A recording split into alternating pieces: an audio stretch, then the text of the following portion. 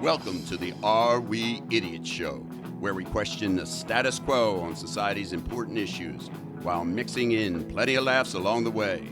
Now here are your hosts, Mark Weaver and Rich Kroll.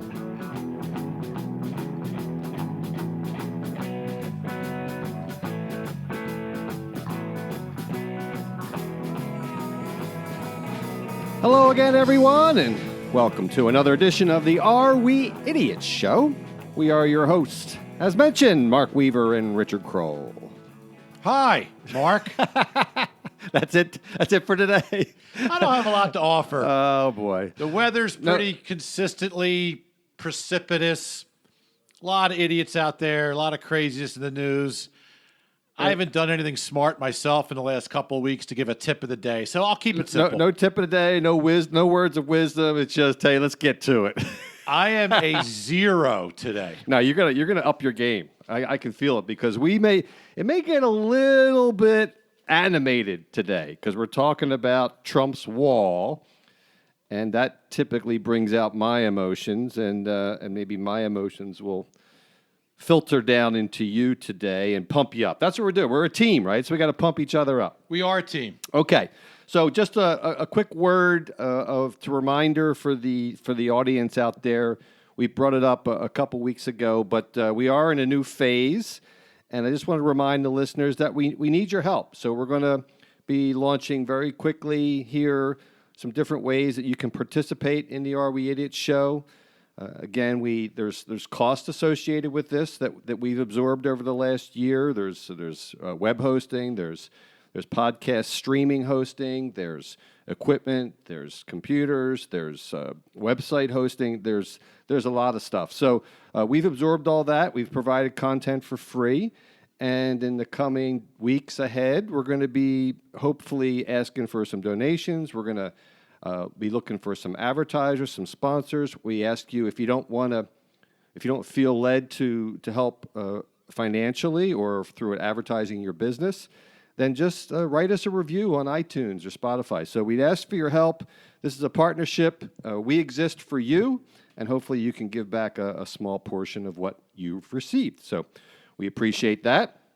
On our show today, Idiots of the Week. Rich has some nominees for me. And then, as I mentioned, we're going to talk about Trump's wall. And really, it'll probably be broken down into two distinct areas. It'll be the wall or / border security at a kind of general level.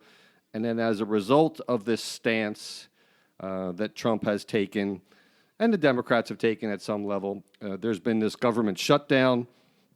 As of this taping, it's been 33 days, and we're going to talk a little bit about the ramifications of that, how that might end, etc. And then we're going to conclude the show with Who Tweeted That? And I'm going to give Rich a couple of tweets that have been put out there as of recent week.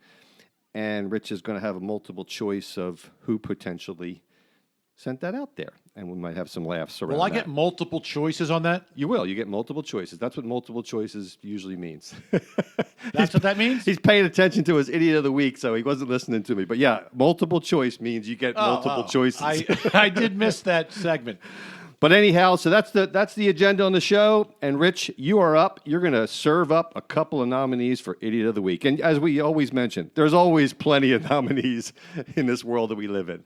So fire away. This was a tough week. I literally had between 6, 7, 8 potential nominees. There were so many idiot moves this week. But the two that have garnered, we don't use the word garner enough, do we? I like that. It has nothing to do with James Garner. He's dead. May he rest in peace. May he rest in peace. The two that have garnered the most publicity, controversy, and I would say, anger and insanity are the following. Maybe this will merge into my tweets at the end. Maybe we're on the same simpatico wavelength. We usually are not, but that would be great to be simpatico together. All right, the first one is all over the news, global controversy.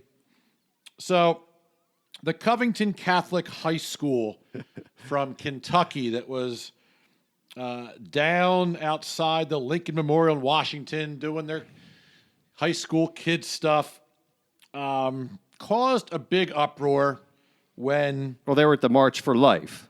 they're at the March for Life. Right.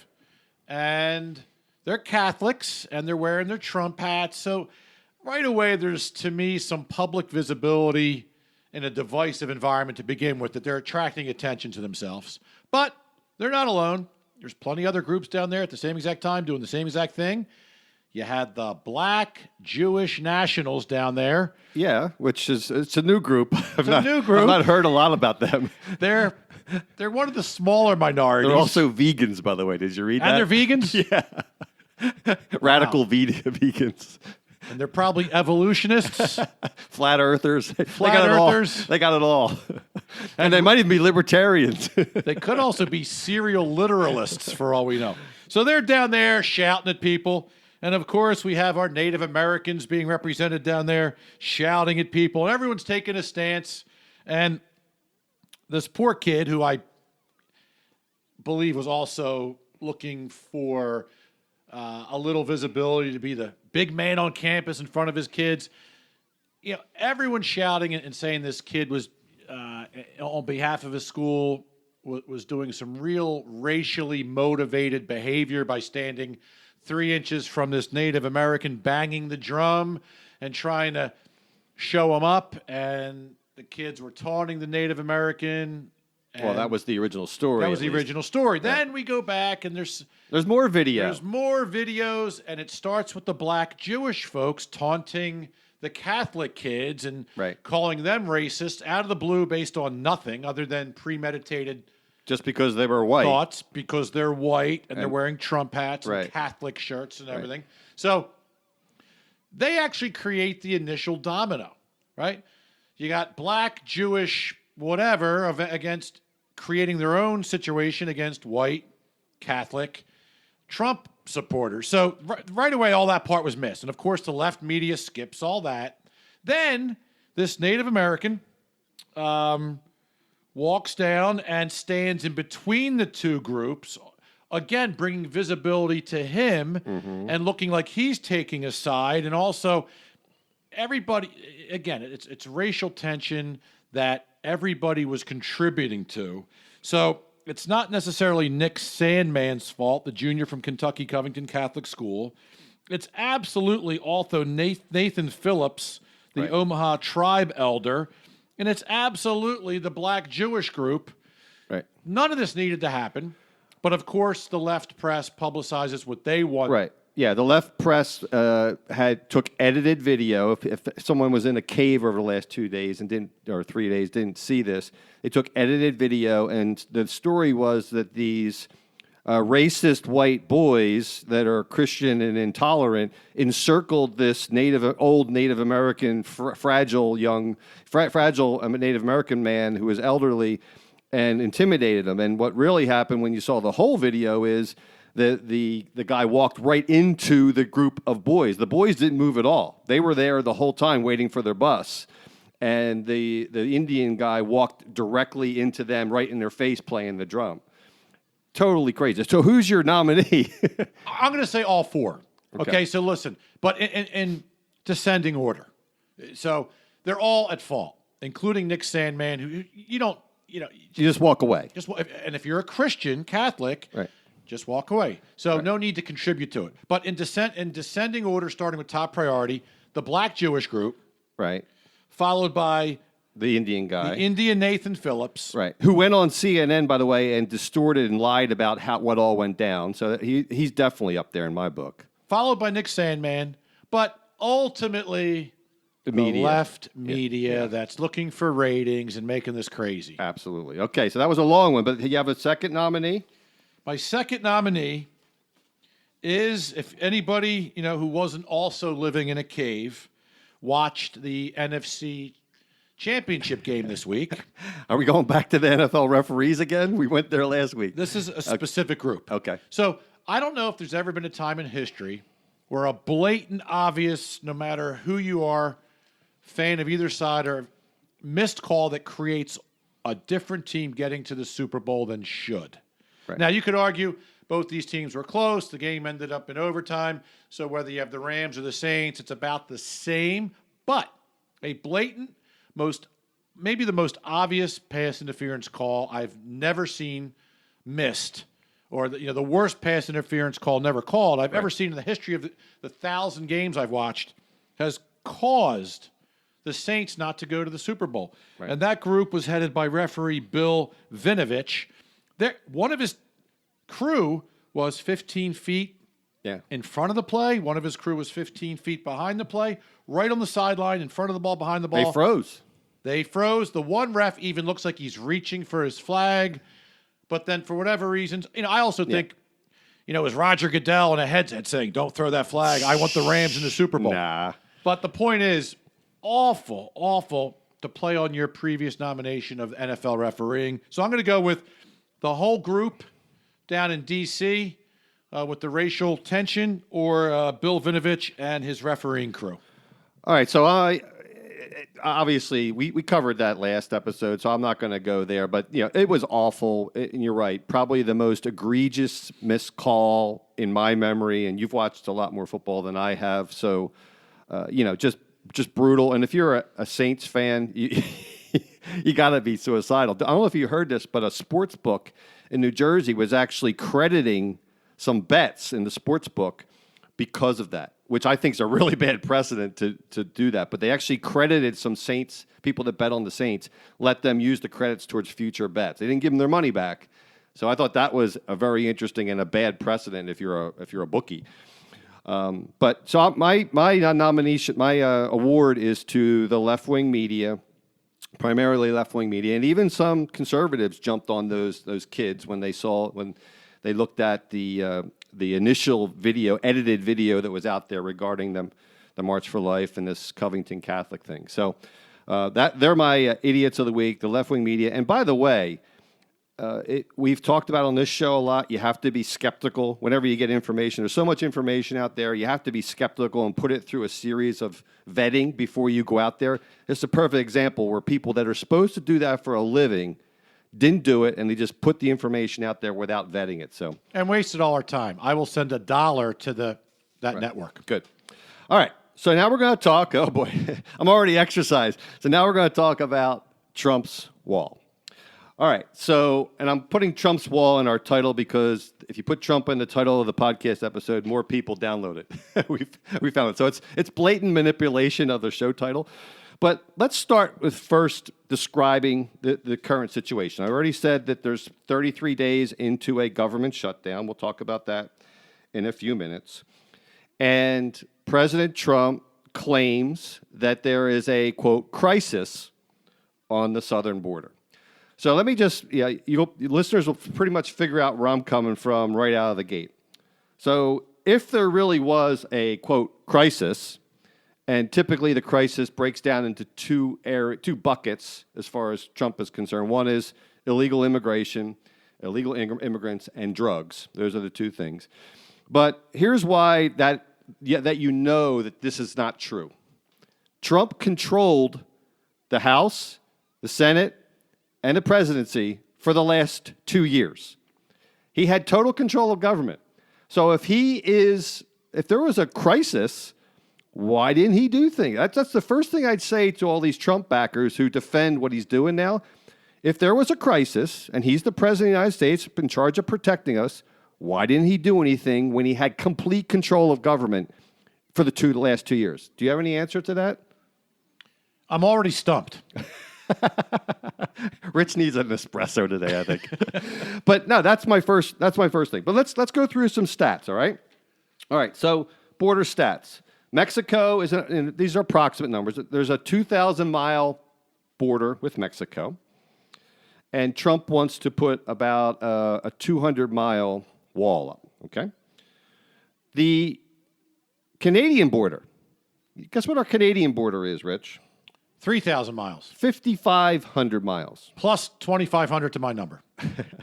So if you add the 2,000 miles with Mexico and the 5,500 miles... Well, you're including Alaska. Including Alaska. Got it. 5,500 miles of Canada. And there's approximately 200 miles of wall, which is what Trump wants.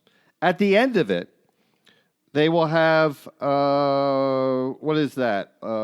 Just about 3% of our total shared border with Mexico and Canada will have a wall around it. And for the listeners, this is how you know it's not about security. If I had a garden, and my garden was a 20 by 10 garden, so that'd be, 60 total feet. Wow, you're getting right? better at math. Right, yeah.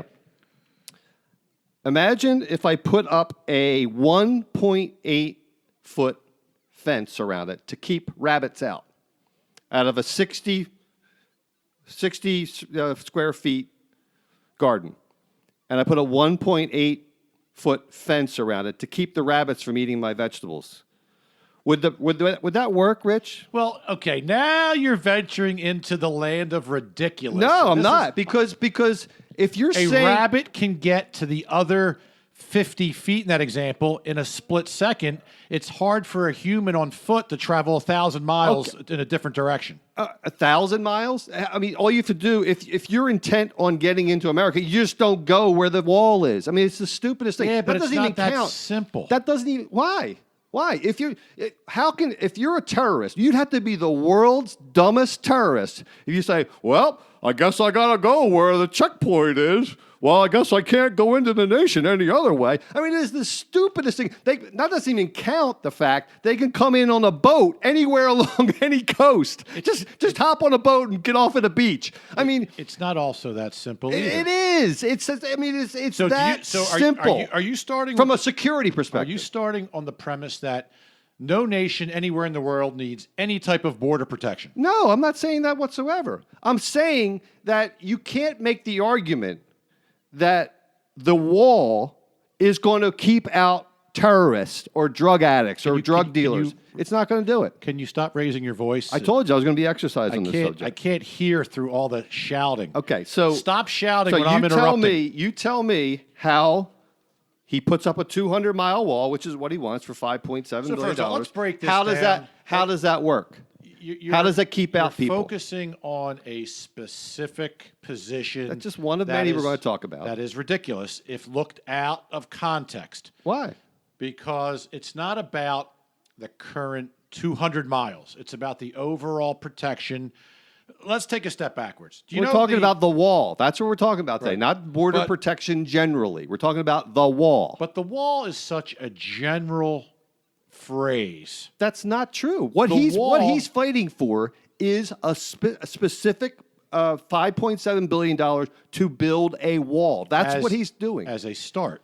No, that's what he wants. That's the holdup. That's the whole thing. Right, that's what he wants. But the long-term plan is to improve border security. Of course, and everyone agrees with that. But that's not what this is about. That's not what this impasse is about. This impasse is about this very finite... So we're going to only talk about this small impasse versus the overall premise? Well, if we want to talk about border security, we can talk about that. But that's not what's causing the government shutdown. The Democrats even say they want to... Well, then this will be a quick show, because if we're focused on just 200 miles of the wall, this one little segmentation, even a Trump... even someone who sleeps with Trump would have to agree that's not the answer. But they don't. They believe these sound bites of him saying, well, because let's face it, this is all about Trump's ego and a campaign promise. Remember, Mexico was supposed to pay for it, by the way. Well, that was always a joke. And these people believed it, which was the stupid thing. When the police threw me in jail 25 years ago for disorderly conduct, I asked them to pay for it. But people believe this, and the real truth of this is that Trump, because not Laura Ingraham, who's the Coulter, Ann Coulter and Rush Limbaugh embarrassed him when he was about to cave and give in to this. The Republicans, Mitch McConnell actually passed a bill, and at the last minute, Trump wouldn't sign it because Ann Coulter and Rush Limbaugh basically called him on it and said, you didn't keep your campaign promise. So that's what this is all about. So no one even thinks that this is... Everybody take a deep breath. No. I need you to take some Valium, and maybe I might open one of these bottles of scotches too here. Here's the deal, folks. here's what I will agree with 100% out of the gate. And a rational person, when they hear what I'm about to say, that's even a Trump lover, would also agree. The phrase the wall, what's actually being proposed, and the reality of the big picture have all got mixed together. And the average human, I'd go as far to say 9 out of 10, is completely uneducated on what all the ramifications and details of this entail. I totally agree with that, but that's my premise on pretty much everything political, that people are stupid. So I'll start with... not paying attention. I'll start with the folks that just flat out say, the wall is ridiculous, it doesn't make any sense, and they lump that in with border security makes no sense, okay? Again, the left hasn't looked into the details either, but the right folks and the Trump supporters that say, we have to have it, what Trump's doing is great, what Trump wants to make America great again by keeping out illegal immigrants and illegal drugs, and this is the way to do it. Well, folks, it is one small piece of a very complex equation that, if you read the details, Mark is right. This initial bill he's trying to pass is for roughly $6 billion to build 200 miles of steel-enforced fencing. Now, I don't agree to bring in the Canadian border, and I have my answer. Let's not bring in the Canadian border because it isn't so simple for Mexican immigrants to figure out how to get from Mexico to Canada. But that's a different story. I'm just talking about security at that. So we'll take that out of the equation. Smart terrorists that are patient, have a long-term plan, whether they get there tomorrow or next year. Yes, the true people trying to hurt us will find other ways around. But what the wall was... They might be inconvenienced by what, a day? Well, no. If you're a terrorist, you can't get into this country. You are the stupidest terrorist in the world. Listen, there's thousands of miles unguarded. The majority of the people this is addressing are coming in on foot as illegal immigrants, and the other majority also don't have the means and the funding and the intelligent plan behind it. So they're sneaking in. They're obviously not a threat to us then, security-wise. So we can take security off the table. I think we're both on the same page that if this is not a security threat. It is not a security. It's about illegal immigration. But it is about illegal immigration, and I don't know if these stats are true or not. I got stats, so I can tell you. So it's not about security, folks, because the other premise was the portions of the wall will be put up in the best places that are easiest access, not including certain terrain like long stretches of desert or mountains or maybe a river or other things that will prevent. Listen, there's high barriers to entry like jumping in a canoe to go across the Rio Grande. Those are really tough things to do. And by the way, not to digress, because I'm trying to put together multiple thoughts here. The wall, the actual prototype, there were 8 different prototypes based on different types of metal barriers, based on height, width, double reinforced. All of them were breached fairly quickly and easily by a testing group from the Marines with common saws. Yeah. So it's such a charade. You could cut through it. You could dig tunnels under it. You could climb over it, even if you put barbed wire. I mean, so guys, it's not about security and keeping out who we need to keep out. But if you want to talk about, I think, the more important topic of border security and the rising cost of illegal immigration, that's probably the bigger consideration. The fact of trying to build a 2,000-mile-long wall, or even if it's 1,500 miles, not including certain challenging terrain, it's implausible. It makes no sense. No one's going to pay for it. Mexico is laughing at us. It's not just $6 billion, folks. The $6 billion was for 200 miles. The costs are in the upwards of hundreds of billions of dollars, including annual maintenance, improvements, and the personnel. You can't just throw up a wall and everyone go away.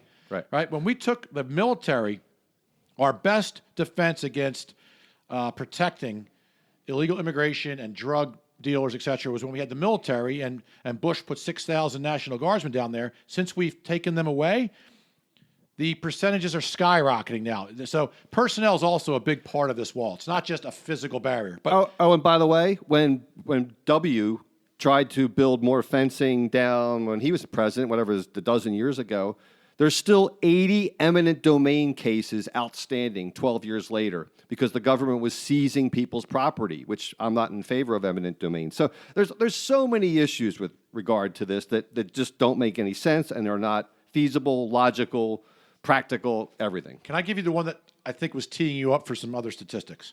So let's say we kind of migrate this argument to the rising cost of illegal immigration. If these statistics are accurate, then I see the point of trying to do something. I don't think Mark or I are saying we're not concerned or want better barriers and better border protection. It's not about that. It's about the wall itself. Illegal immigration is estimated to cost the United States $113 billion a year in lost income tax revenue. Illegal immigration is considered a strain on government spending by overburdening social welfare, health, and education programs. Right. Well, I totally, that's a whole different subject, but I totally agree that the reason there's an incentive to come here is work, for one, but also if you can somehow come here and have your child born here, they're automatically an American citizen. And then you get welfare benefits. So you can't have open borders. I'm not for open borders when you have a social safety net system that we have here. It's impossible. You can't afford that. Everyone would come here and just, there's not enough money to go around. We're already $22 trillion in debt. Here's a couple of stats, Rich. 700,000 travelers in 2017. This is the latest stats they have. 2017, 700,000 travelers overstayed their visa. This is versus 300,000 people that were apprehended at the southern border. So the vast majority of illegal immigrants don't come through Texas and Arizona and New Mexico. They don't come through the Mexican border. They overstay their visa. They come here legally on a visa, and they just stay. You and I know Canadian people that have done that, right? And actually Canada, people from Canada are the biggest offenders of this. They come here and overstay their visas. So they're the most common illegal immigrants. Drugs. Most illegal drugs come through the legal crossing points. Just one, San Ysidro in California, 100,000 people come through a day. They stop a fraction of them. And what happens is it's highly productive for the drug smugglers because they only stop a couple of % of people. It's a great risk reward, and they just pack them in trucks, and they get one truck stopped out of every 100. And if you happen to get caught, you go to jail for 10 years. But most of them don't, and that's where the drugs come through because they can just drive it right in. I'll also say that this is the DEA's own report. Most drugs that come to the northeast section of the country, which is the most populous, most of them, this is from the DEA, come through Venezuela, Dominican Republic, Bahamas, Miami, and they mostly come through air, ship, or human carriers. So this notion that if we put a wall up on the southern border for 200 miles out of 2,000, that we're going to stop drugs coming in, it's just ridiculous. It's a campaign. This is why I hate politicians so much, is that they manipulate people, they lie to people, and they use sound bites, and stupid voters believe it. Stupid voters believe it. Yeah, and I'm not talking about Trump. I'm talking about politicians of all stripes. Let's just coin it SVBI. That's what we need, another one. So the bottom line is this showdown on Trump's showdown is all about a charade of his campaign promise. There's nothing practical or substantive behind it. And he actually said on camera, I'll take responsibility for the shutdown. And that's what we have. So let's move to that, Richie. The shutdown. It's basically Nancy Pelosi and Chuck Schumer versus the president. And the president said he'd own it. He does own it. Most people in the polls, as of this taping, believe that he's responsible for it. So where's that going to end up? Well, what do you think? First of all, I think, listen, and this is not an anti-Trump episode. I also think Trump didn't look into this too deeply. You know, when he appealed to the American masses, the blue collar, fighting for every dollar, make America great again person, if you say anything rah-rah, you're going to get people on your side. We got to build a wall. We got to keep illegal immigrants Who's going to pay for it?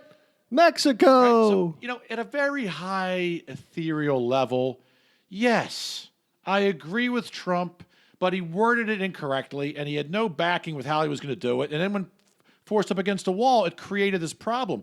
Listen, all that had to be said was this. Hey, folks, we have too many illegal immigrants getting in multiple places from Mexico. And we have a big social safety net, and they're sapping our money. And we have too much illegal drugs also coming in from some of these same people through some of the same passageways between San Diego and Florida.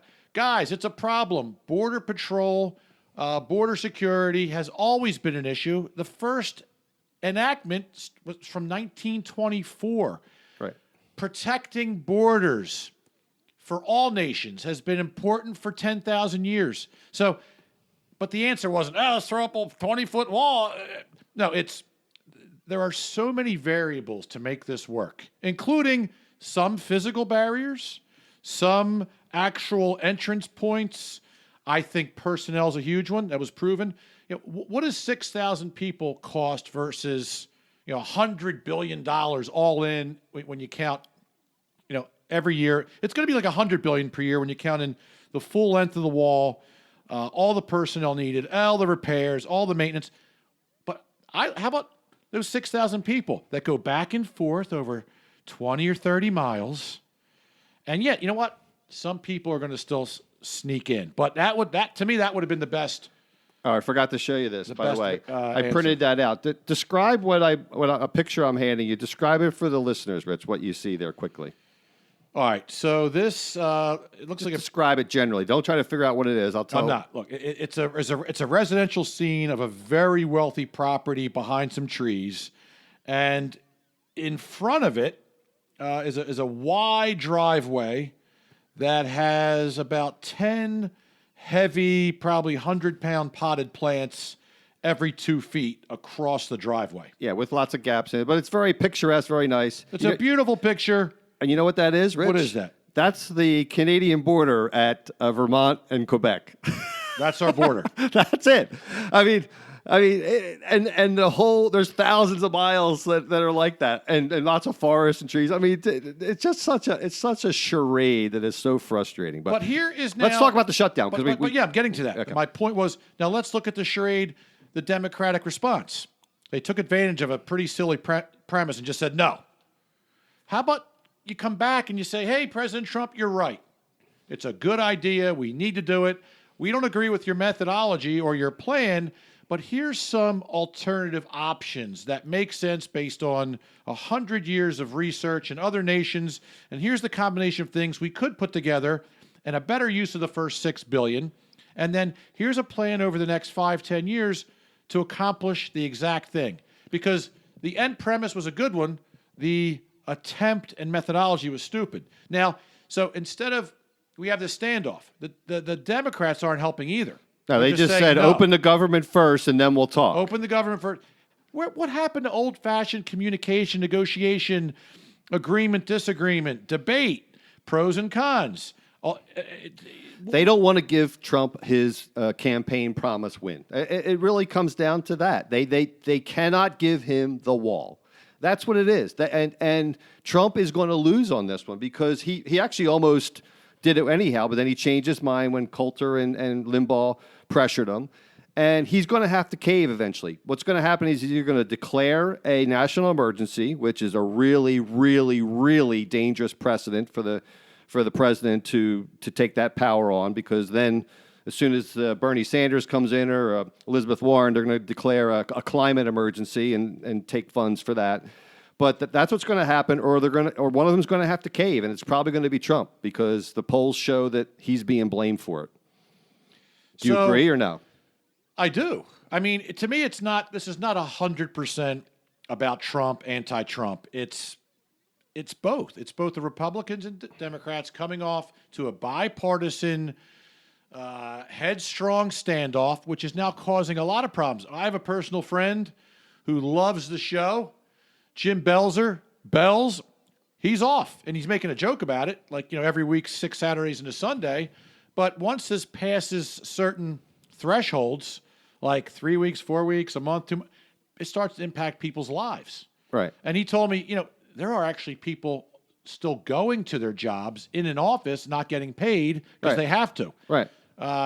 Some of the workers are lucky they can work out of their house, but Yeah, I mean, I traveled last week, and there was plenty of TSA people, and there was people thanking them all the time because of thanks for coming to work. Right now, as a libertarian, obviously, I believe we could do with a lot less federal government, and I think this is, if you're unless you're watching the news, most of us are not affected. Your friend excluded, obviously, he's affected directly, but a lot of us don't really notice that the federal government isn't working because it doesn't affect our lives at all.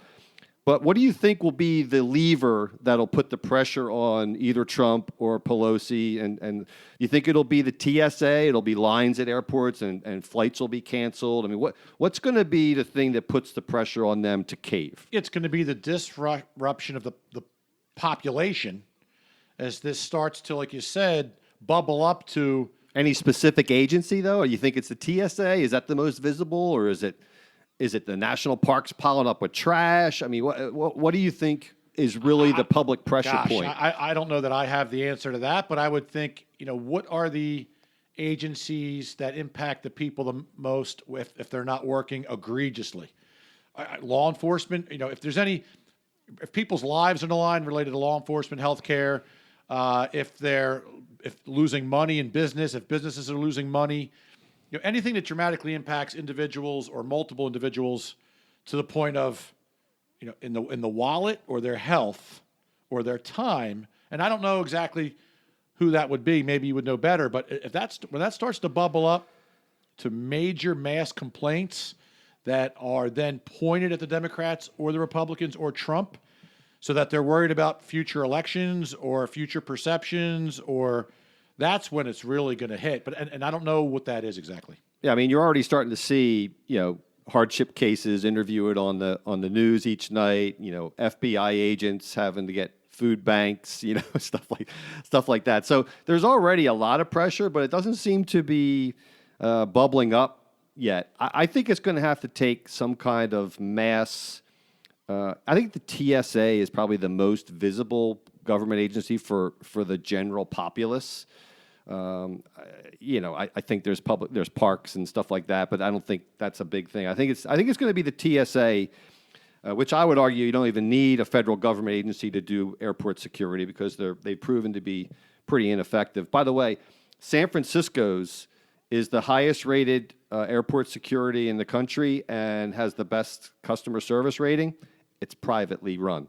It's not TSA. Go figure. Yeah, go figure. Surprise. So, okay, before we wrap up this segment, Rich, anything else to add with regard to Trump, the wall, Nancy Pelosi, Chuck Schumer, border security, the whole potpourri before we... Folks who are listening, listen.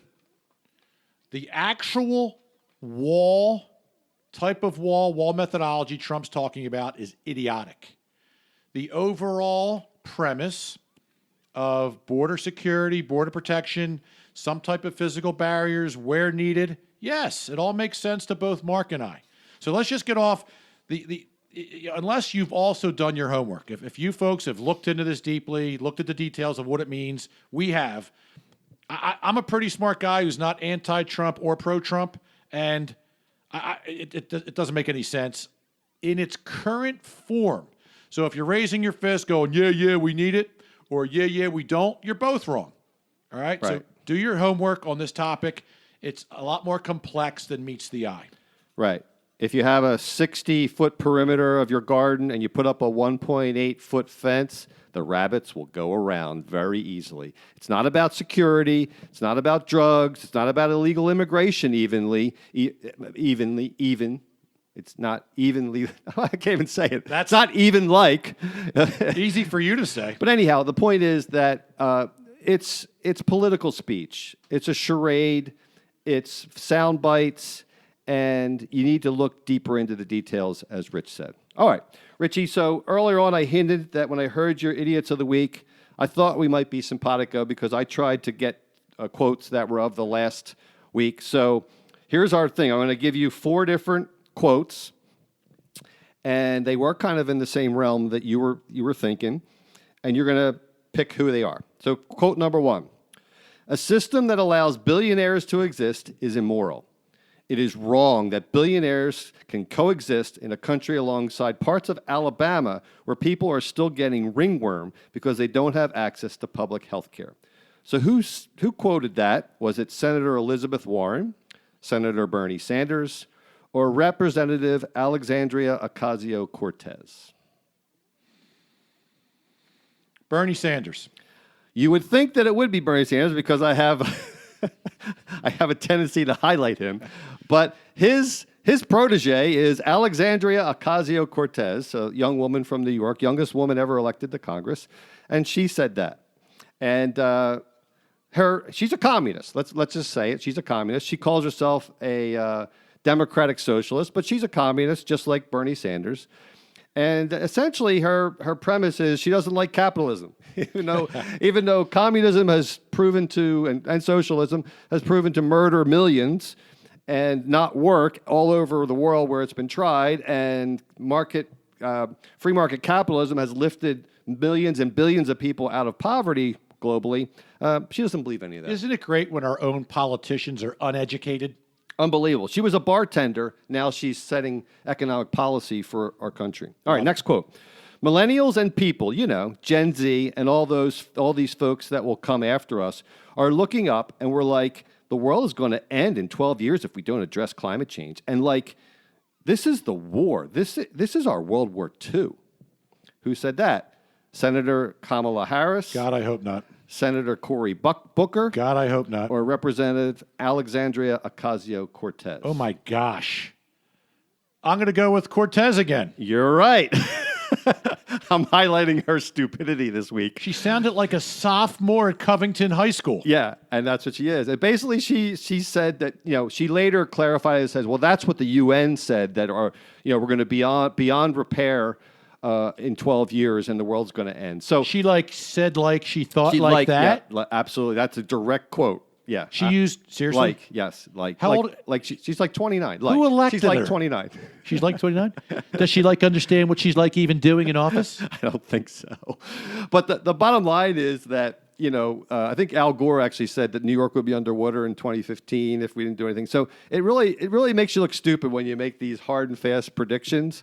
And hey, I'm not a climate is changing. We all agree with that. And to use the word climate change is disingenuous because climate is changing. The question is it irreversible? Can technology exacerbate this, or can technology solve the problem? How much are humans contributing to it versus how much are long-term trends? That's a different show. And what does that have to do with our World War II? Well, because she says it's such a big deal, you shouldn't even worry about money. You should just you have to do whatever you can to fight it. That was her point. I guess you should have said our World War III. Yeah, maybe. All right, next one. And this is where we get simpatico. Quote, the red MAGA hat is the new white hood. Without white boys being able to empathize with other people, humanity will continue to destroy itself. Was that Joy Behar, Susan Sarandon, or Alyssa Milano? Alyssa Milano. It was Alyssa Milano, and she is crazy, by the way. And, by the way, hey, we all know that I'm not a Trump fan, as you guys have heard, but I also will say that he's done many things that are good, right? But to equate a campaign slogan of MAGA and a hat to a white hood, I mean, you are really stooping to the lowest levels of humanity yourself. So, Alyssa Milano, struggling today. I'm running on fast forward today. I can't even speak. All right, last one.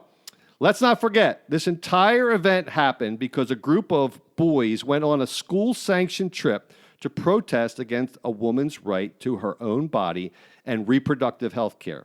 It is not debatable that bigotry was at play from the start. Who said that? Kathy Griffin, Alyssa Milano, or Senator Kristen Gillibrand? Senator Kristen Gillibrand. No, it was Alyssa Milano. Again? Yes, I went for the theme. You double today. dipped. I double dipped on both of them. That's a trick. It is a trick. But I guess my point, and the reason I did that one last is because it'll lead into our show next week. But to basically say that you are bigoted if you are pro-life, and that's what these boys were there to to attend the March for Life, and that's what they believe, and that's what their religion. And to say that bigotry was at play from the start, so right out of the gate, you're a bigot if you did that. That's where Alyssa Milano's worldview. I cannot say her name. Her worldview is, and that's ridiculous. And that leads into our show next week. Is she a Scientologist, by the way? She's not, but she might be a vegan, a radical vegan. But that leads into our show next week. So we're going to tackle, as we tape this, the March for Life was this past weekend, as well as the Women's March. And that's where all these events happened in Washington last week. But we're going to tackle the abortion debate next week, which, it's a little bit of a dicey subject. It's a controversial subject. It's a emotional subject. But I think we can do it in a fairly balanced way, and we can talk about the issues. And I know I happen to be pro-life. I'll give you a little warning. But there's a lot of critiques I would have about the pro-life movement. So we're going to talk about that next week. What do you think about that, Richie? Well, before anybody rolls their eyes and says, what are two middle-aged white guys going to do about talking about a women issue or a woman issue for the most part? With abortion, trust me, all sides will be vetted and discussed professionally. Yeah. And by the way, like all our subjects, it's not an easy subject. There's no easy answers one way or the other. We're going to talk about it and hopefully bring some value and also talk about some things that maybe you don't hear too much in the national conversation. So as always, please remember, if what you see or hear sounds idiotic, then we're just the guys to help you sort it out. See you all next episode. Take care. Thank you for listening. Please download, subscribe, share, and review on Apple Podcast, Spotify, Stitcher, Google Play, and also our website. Won't say goodbye. True love won't say goodbye. True love won't say goodbye.